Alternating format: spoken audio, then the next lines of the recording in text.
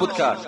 ابو هریره میگوید بار من از یک کوچه میگذشتم، حضرت ابو هریره، نگاه کردم که یک زن در شیر آب میریزد. گفتم ای مادر این چه عمل است که تو انجام میدهی؟ گفت بسیار فقیر هستم. ای دوستی خدا گفت میخواهم که همین اندازش زیاد کنم تا که امروز یک پیسه زیادتر پیدا کنم تا زندگی من بهتر شود. ابو هریره غمی او را نخوردن. گفتن ای مادر وای به حالت که همین کاسه شیر را خداوند روز قیامت در پیش تو میگذارد و به تو امر میکند که شیر را از آب جدا کن. جدا کردن میتوانی؟ نمیتوانی. المسلم اخو المسلم لا یظلموه ولا یخونوه ولا یکذبوه. کل المسلم علی المسلم حرام عرض و مال و دم. پیغمبر خدا میگوید مسلمان برادر مسلمان است. باید مسلمان خیانت نکند. باید مسلمان دروغ نگوید. باید مسلمان خار نکند. پیغمبر میگوید که آبروی مسلمان بر شما حرام است، مال مسلمان بر شما حرام است، حق او بر شما حرام است. مادام حرام باشد وای برادری تو باشد، این چی گونه مناسبت است؟ در دوره های پیغمبر میگوید یک صحابه بود به نام جلیل جبری، بار غلام خود امر کرد که این غلام گفت رفته گفت از بازار برای من یک اسب بخر. اون خدمتگار آمدن، جلیل جبری را خدمتگارش آمدن یک اسب خوبی را دیدن. گفتن چند ارزش دارد؟ گفتن چند میخری؟ گفتن چند ارزش دارد؟ گفت 400 درهم ارزش دارد. گفت بنشگیر نزد مولای من میرویم و حق پول شما را مولای من میدهد. مسلمان ببینین وقتی که این خدمتگار همراه این فروشنده به نزد سردار این خدمتگار آمدن، خدمتگار به اسب نظر کرد، گفت به چند میدهی؟ گفت 400 درهم. گفت دوست می‌داره که من 500 درهم به تو دهم. میگوید این فروشنده حیرت دماندن. گفتن 600 درهم به تو میدهم. گفتن من تعجب میکنم، در عمر خود یاد ندارم که خریدار نرخ را بردارد. گفتن اگر به من اجازت دهی من به تو 800 درهم میدهم و این اسب را از تو خریداری میکنم. قسم به خدا گفتن این اسب تو 400 درهم نه بلکه در بازار ارزش 800 درهم را دارد و من با پیغمبر خدا عهد بستم که در هیچ معامله نادرست رفتار نمی کنم، عهد شکنی با پیغمبر خدا نمی کنم. ببین چگونه عهد می بستند، چگونه یک غم مسلمان می خوردند. این است برادری. امروز ما و شما حقش هم می زنیم، باز مال ما نقص دارد، نقص مال هم بیان نمی کنیم. نمیگیم که همین مال ما نقص دارد، بلکه چی میگویم؟ از اون برادران نخر که از اونا عیب دارد، از من بخر. امروز حال بازار به همه ما و شما آشنا هست، لیکن خوش به حال همون برادرانی که انصاف دارند، خوش به حال همون برادرانی که سودای درست میکنن، حق برادرشون نمیخرند. انشاءالله همون کمی که شما میابین همون کم برای شما در روز قیامت فایده آور است از اونی که تو امروز 100 سامان میابی لیکن فراموش نکن که وای تو آرام نمیخری. اون حق برادر چیزی نیست که ترا آرام گذارد. یا کثافتی وای در خودت میزند، یا در عائلت میزند، یا در فرزندت میزند، یا در مالت میزند. اینش هم فراموش نکن. داملای محترم، در معرکه‌ای که ما را با سبب سطر داشتنمان طعنه کردن و گفتن که مادام سطر میکنید به معرکه ما نآیید، زنی سال خورده مرا طعنه کرد. با احترام خواهر ایمانی شما. دوم شخص عرق می نوشد و باز نماز می خواند، حکم وی در شریعت چی است؟ این سوال دومش معلوم است. کسی عرق می نوشد نماز می خواند، یعنی این مسخره کردن بر اسلام است، مسخره کردن بر مسلمان ها هست. بهتر و خوبترش امین است که اون بدبخت نماز نخواند.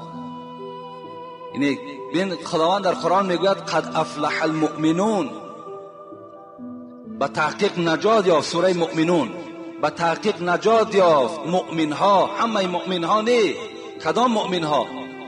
الذين هم فی صلاتهم خاشعون، کسانی که در نماز خاشع هستند. خاشع را مفسران میگه که نرم دل هست، ترس در وجودش هست، انا همان مؤمن ها در نزد خدا نجات یافتگی هستند. وقتی وای عرق می نوشد کجا دل وای نرم هست؟ وقتی وای عرق می نوشد کجا دل وای ترسان به سوی خداست؟ اگر وای از خدا می ترسید وای عرق نمی نوشید، زیرا خدا امر میکند شما عرق ننوشین. و این خواهری که از ما التماس کردن که در معرکه‌ای که با سطر می رویم برای ما زنهای سال خورده میگویند که در معرکه ما اشتراک نکنید مادامی که شما سطر دارید. من این سوال بار جواب گفته بودم، خیلی جمعه پیش بود، لیکن باز میگویم که کلان سالی ندارد اعتباری، کلان عقلی بود مقبول باری. عطای فضل حق عقل است توفیق، به فرمان خداوندی موافق. کلانی خواهی رو معنی طلب کن، نه اینکه دل بریش و موی لب کن. که روح در ازل قالو بلا گفت، تنت در بستری شیطان چرا خفت. این مولوی میگد ای کمپیر بدبخت، ای خدا زده ای که این دختری تو حکم قرآن به جا آورده ایستاده است. این تو وقتی طعنه میکنی روحی تو در عالم ارواح گفته بود. چی گفته بود؟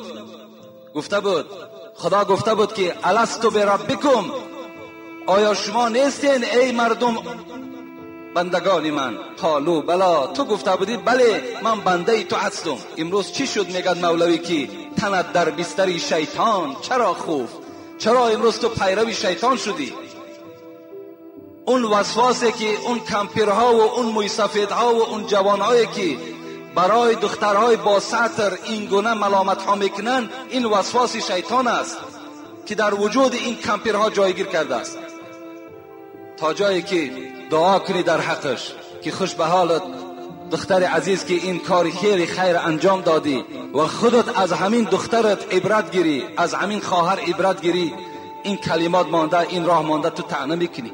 تو چی را طعنه میکنی؟ آیات قرآن، احادیث های پیغمبر خدا را طعنه میکنی؟ کسانی که به خدا قسم به حرمت همین قرآن مکرم و معظم، در همین قرآن سوره وجود دارد به نام نور که یک طایفه بنی تمیم میگفتند پیش پیغمبر خدا آمدند، پیش حضرت عایشه آمدند و در بدنشان لباسهای بی سترانه داشتند. عایشه صدیقه مادر مؤمنها زنها را شفاعت میکردگی، نه این کمپیری بدبخته، همان زنهای با ستر. عایشه چی گفتند؟ لم تؤمن امرأة بصورت نور من تلبس هذا. ایمان ندارد، گفت حضرت عایشه، همان زنی که این گونه لباس می پوشد آیا از سوره نور درک ندارد؟ آیا خدا در سوره نور چی خبر می دهد؟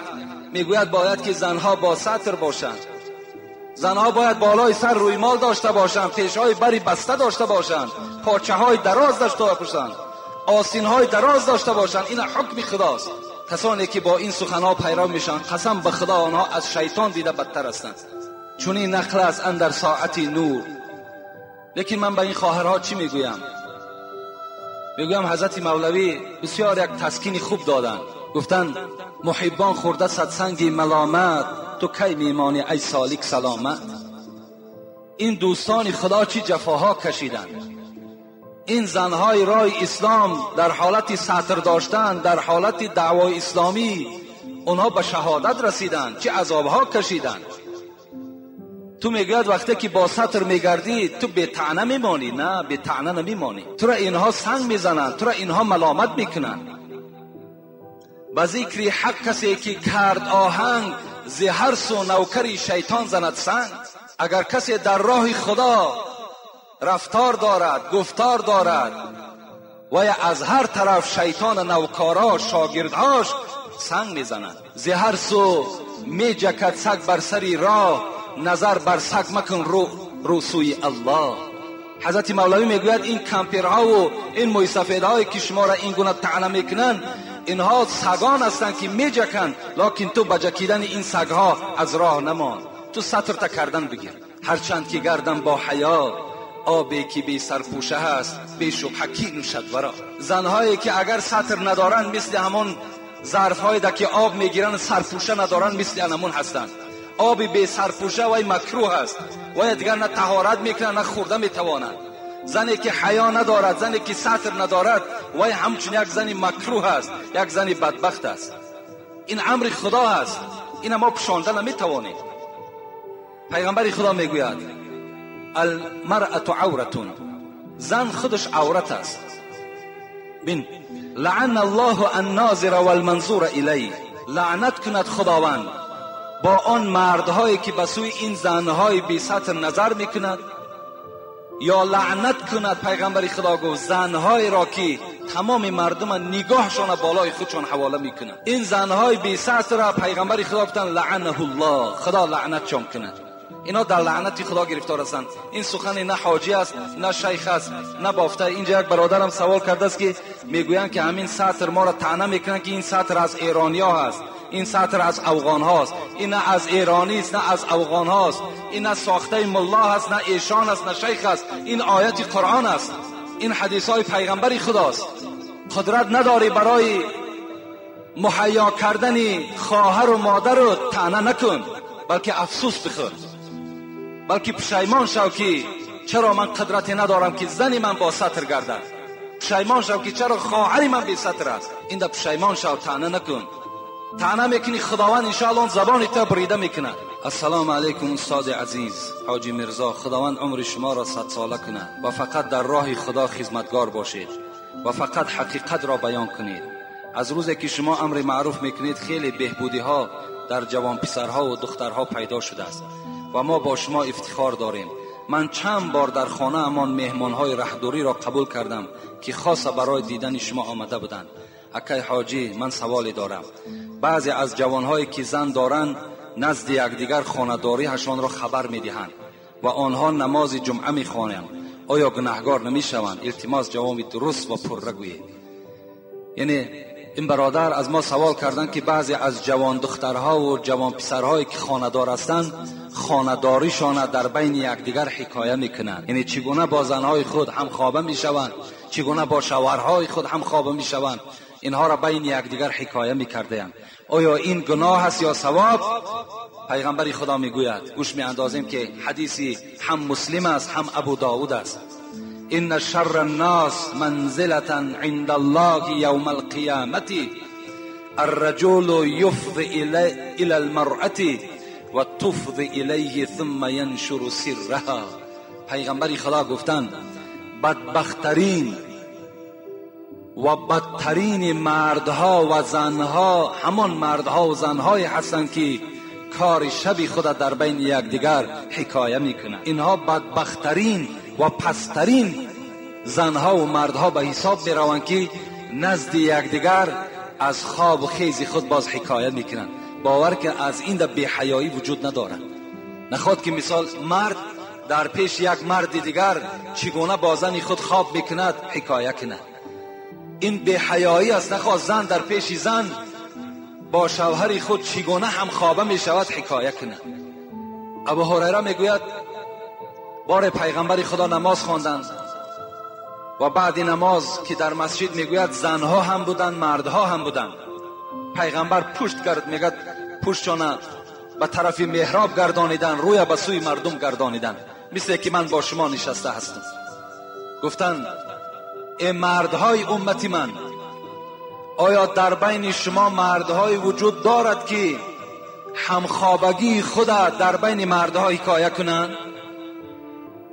ابو هریره میگوید این سوال پیغمبر کردند، تمام مردها خط ایستادند، خاموش ایستادند، کسی از جا نخیست. باز اعلان کردند ای زنهای امتی من، زنها هم در مسجد بودند،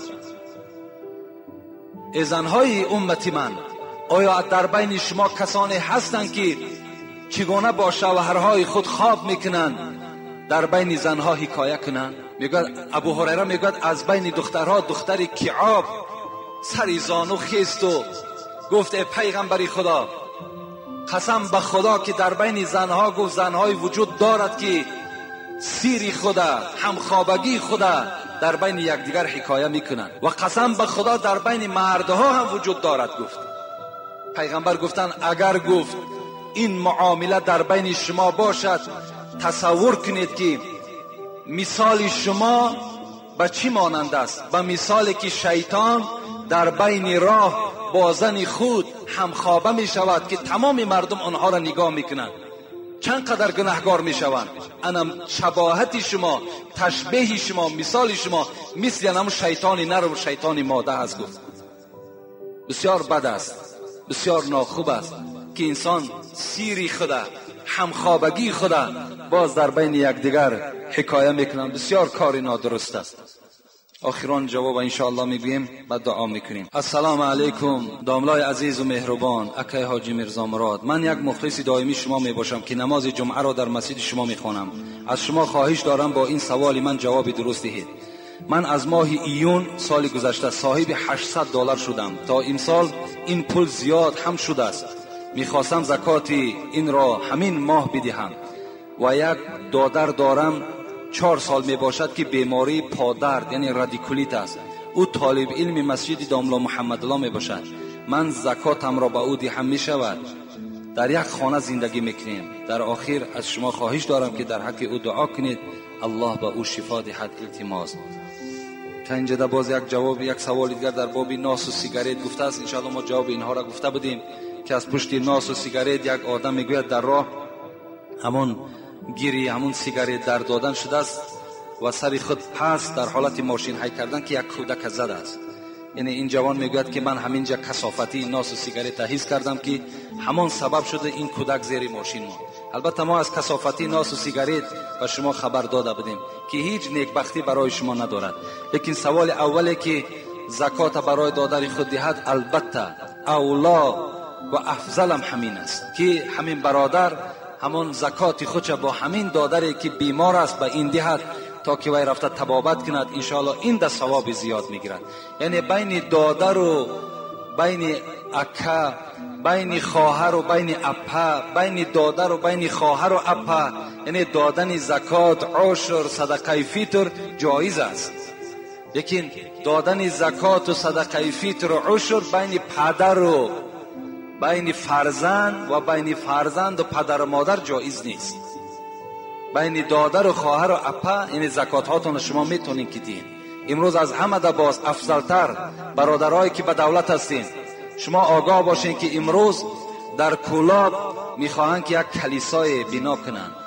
این علکه پیشنهاد شده است و البته حکومتدارای ما و شما هم نمیخواهند، لیکن خاتمش هم بی‌نهایت ناخوب است.